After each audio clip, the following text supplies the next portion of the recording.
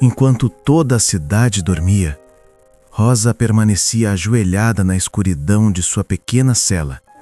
E era ali, naquele silêncio profundo, que as almas do purgatório vinham pedir sua ajuda. Os anjos a consolavam e o próprio Cristo aparecia para conversar com ela. Antes de continuarmos, deixa seu like e comenta aí o que mais te impressiona nas histórias reais de santos e anjos. Isso ajuda muito nosso canal a crescer. Muito antes de se tornar conhecida como Santa Rosa de Lima, a pequena Isabel Flores já parecia carregar um chamado que ninguém conseguia explicar. Ela nasceu em abril de 1586, em Lima, uma cidade vibrante, barulhenta e cheia de contrastes entre o esplendor espanhol e as feridas deixadas pela colonização. A menina cresceu em um lar simples, cercada por irmãos, trabalho e devoção. Mas, desde o berço, algo chamava a atenção. Isabel não era uma criança comum. Quando tinha apenas 3 meses, ocorreu o prodígio que mudaria sua vida para sempre. Em um momento inesperado, o rosto da bebê pareceu transformar-se em uma rosa viva, como se uma luz suave envolvesse suas feições. A mãe, a babá indígena e outras testemunhas ficaram atônitas. O fenômeno passou rápido, mas ninguém esqueceu. A partir daquele dia, começaram a chamá-la de Rosa. E embora ela mesma não gostasse do nome, acreditando que ressaltava uma beleza que ela preferia esconder, a providência divina já tinha decidido. Aquela menina seria lembrada para sempre como Rosa de Santa Maria. Mesmo pequena, Rosa era diferente. Gostava de silêncio, buscava oração, fugia a elogios e tinha uma maturidade espiritual que impressionava até sacerdotes. Seu irmão Fernando era o único que realmente entendia aquela alma tão recolhida. Enquanto outras crianças viviam entre risos e brincadeiras, Rosa parecia já carregar dentro de si um mundo invisível, um mundo que mais tarde se revelaria através de visões, êxtases, milagres e encontros com seres celestiais. Com o passar dos anos, sua vida tomaria rumos que ninguém, nem mesmo sua família, poderia imaginar. Mas tudo começou aqui, na infância, com sinais, prodígios e uma sensibilidade espiritual que apontavam para algo grandioso. Desde muito jovem, Rosa já demonstrava um comportamento que ninguém na casa conseguia explicar. Enquanto sua família dormia profundamente, ela permanecia acordada, andando pelas sombras do corredor como se fosse atraída por algo que apenas ela conseguia ouvir. Numa dessas madrugadas, aconteceu o primeiro episódio que mudaria sua vida para sempre. A mãe de Rosa despertou com um leve som, como se alguém sussurrasse orações de dentro da parede. Assustada, levantou-se e seguiu o murmúrio até a porta da pequena cela que Rosa havia improvisado para rezar. Quando encostou o ouvido na madeira, sentiu um arrepio subir pela espinha. Não era apenas a voz de Rosa. Havia outras. Vozes diferentes, algumas chorando, outras suplicando, e uma em especial que falava tão baixo que parecia vir de muito longe. A mãe empurrou a porta devagar, e o que viu fez seu coração quase parar. Rosa estava ajoelhada, imóvel, completamente envolvida por uma luz suave que não vinha de vela nenhuma. Seu rosto brilhava com lágrimas, mas ela sorria, como quem conversava com alguém que não se via. Ao perceber a presença da mãe, Rosa abriu os olhos e disse com uma calma assustadora: "Eles vêm porque precisam de ajuda. E ele disse que eu devo ouvir todos." A partir daquela noite, nada mais seria normal naquela casa. As visitas espirituais se tornariam cada vez mais frequentes e cada vez mais profundas. Com o passar dos anos, as visões de Rosa não diminuíam. Pelo contrário, ficavam cada vez mais intensas. E junto delas surgiram sinais que deixavam até os religiosos mais experientes completamente perplexos. Tudo começou quando objetos da casa começaram a exalar perfumes inexplicáveis. Não era cheiro de flores comuns. Era algo mais doce, mais profundo, quase celestial. Ninguém sabia de onde vinha, mas sempre aparecia depois que Rosa saía de seu quarto em silêncio, com os olhos vermelhos de lágrimas e o rosto sereno, como quem acabara de ouvir palavras vindas de outro mundo. As coisas ficaram ainda mais misteriosas quando um frade da região testemunhou algo que nunca esqueceu. Rosa entrava em oração e minutos depois seu corpo ganhava um leve brilho, como se a pele refletisse uma luz que não estava presente no ambiente. Alguns diziam que era imaginação. Outros afirmavam que estavam diante de um fenômeno espiritual real. Mas o momento em que todos perceberam que Rosa não era uma jovem comum aconteceu numa noite particularmente silenciosa. Enquanto rezava, uma sombra luminosa, suave, branca, quase translúcida, se formou atrás dela. Sua irmã, que assistia tudo escondida atrás da porta, ficou paralisada. Rosa, porém, não se assustou. Apenas sorriu e disse: "Eu sei que você veio me avisar." Naquela mesma madrugada, a família descobriu que um conhecido da vizinhança estava entre a vida e a morte, exatamente como a presença luminosa havia revelado. Rosa já não apenas via, ela sabia. Com o passar dos anos, as visitas espirituais se tornaram tão constantes que Rosa acreditava que precisava fortalecer o corpo para suportar aquilo que o céu e o purgatório lhe pediam. E foi então que ela começou práticas que deixariam qualquer pessoa comum horrorizada. Rosa nunca contou a ninguém, mas sua irmã uma vez encontrou escondido sobre a cama dela um objeto que parecia mais digno de um monge do deserto do que de uma jovem. Uma pequena coroa de espinhos, trançados por ela mesma. E pior, não era apenas um símbolo de devoção. Ela usava no próprio couro cabeludo durante as madrugadas em que recebia as almas sofredoras. Ela dizia que aquilo ajudava ela a suportar a dor dos que pediam oração. Mas não parava aí. Certa noite, ao levar um prato de comida para Rosa, sua mãe quase deixou o prato cair no chão. A jovem havia construído uma espécie de cama de madeira cravada com pequenos pregos e estava deitada sobre ela, completamente tranquila, rezando, com os olhos fechados. Quando a mãe tentou tirá-la de lá, Rosa apenas respondeu: "Eu descanso assim, porque quem me visita não conhece conforto." Os confessores ficavam divididos. Alguns achavam que Rosa estava sendo tocada por Deus. Outros acreditavam que tamanho sacrifício era impossível de ser explicado apenas pela fé. Mas Rosa não ligava para julgamentos. Para ela, cada dor suportada era uma porta que se abria para ajudar mais uma alma perdida a encontrar descanso.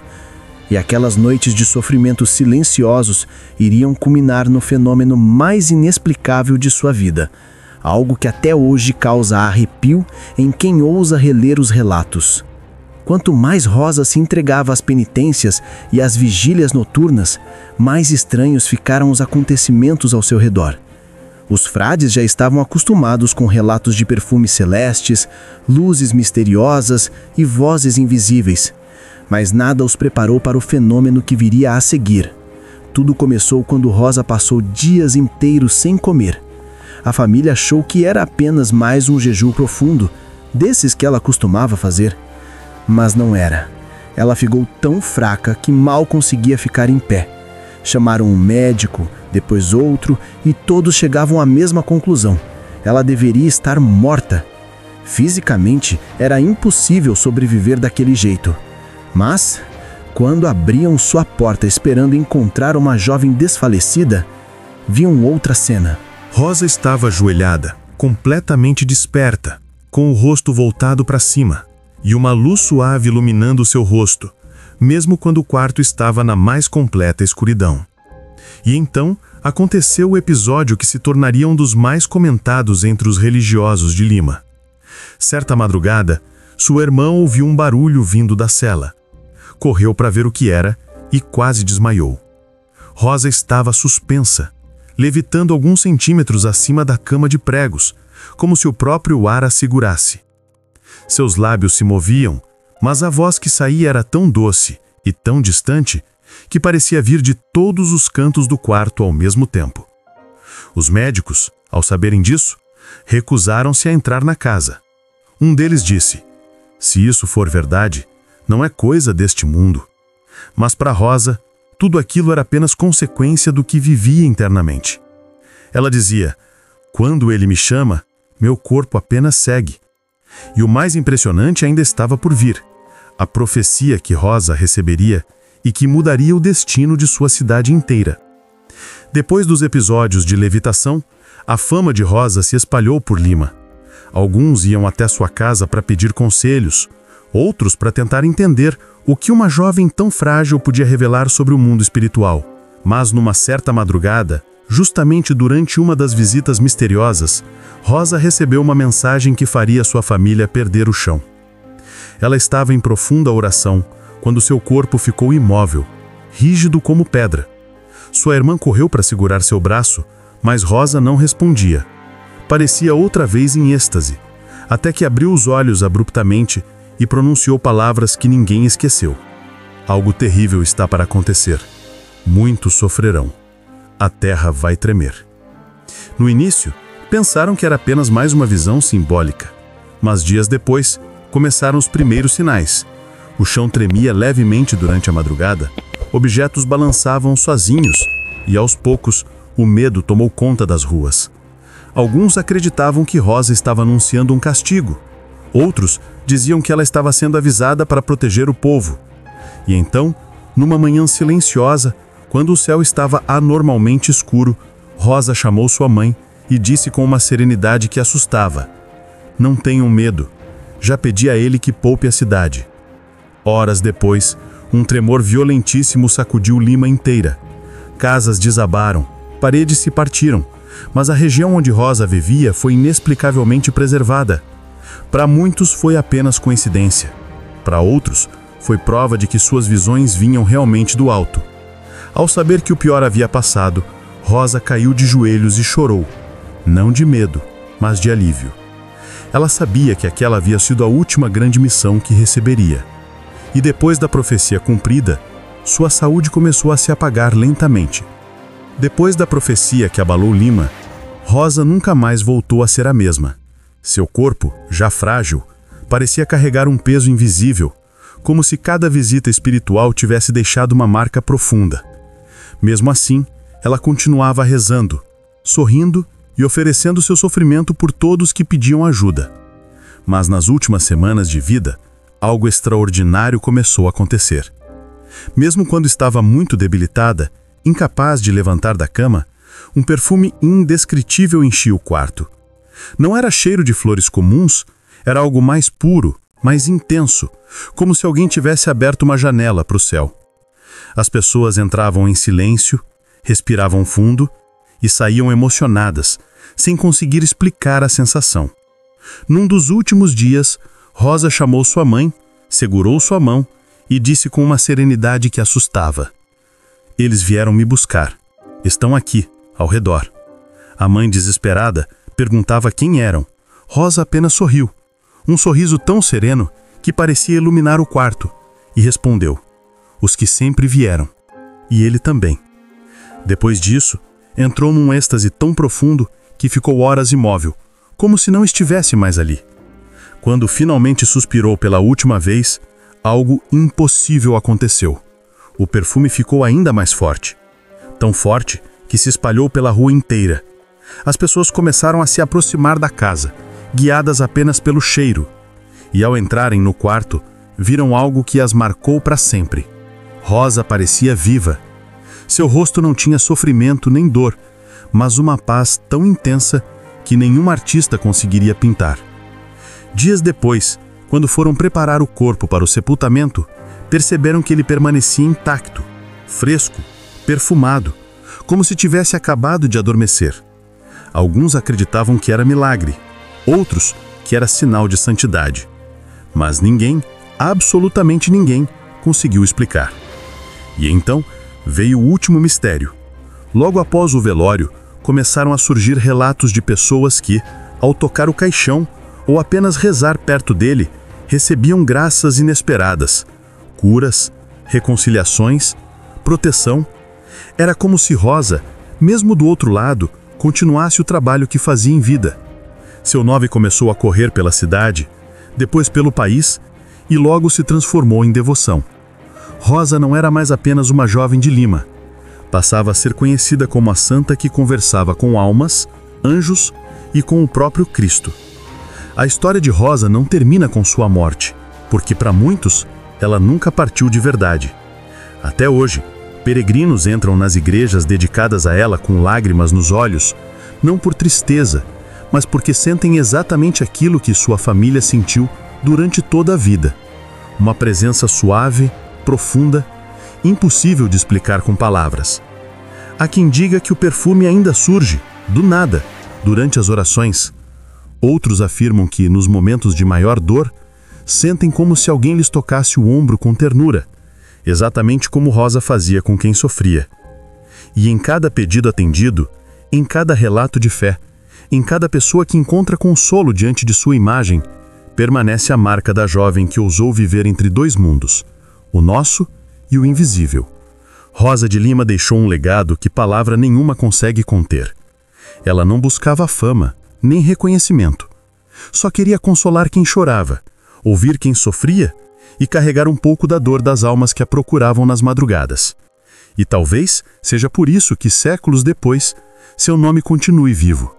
Porque histórias como a dela não pertencem apenas à fé, pertencem ao mistério, ao inexplicável, ao sobrenatural. E agora fica a pergunta: quantas outras almas, anjos e milagres passaram por aquela pequena cela, escondidos da história, conhecidos apenas por ela e por aquele que a guiava? Se você chegou até aqui, deixe seu like, compartilhe este vídeo e comente.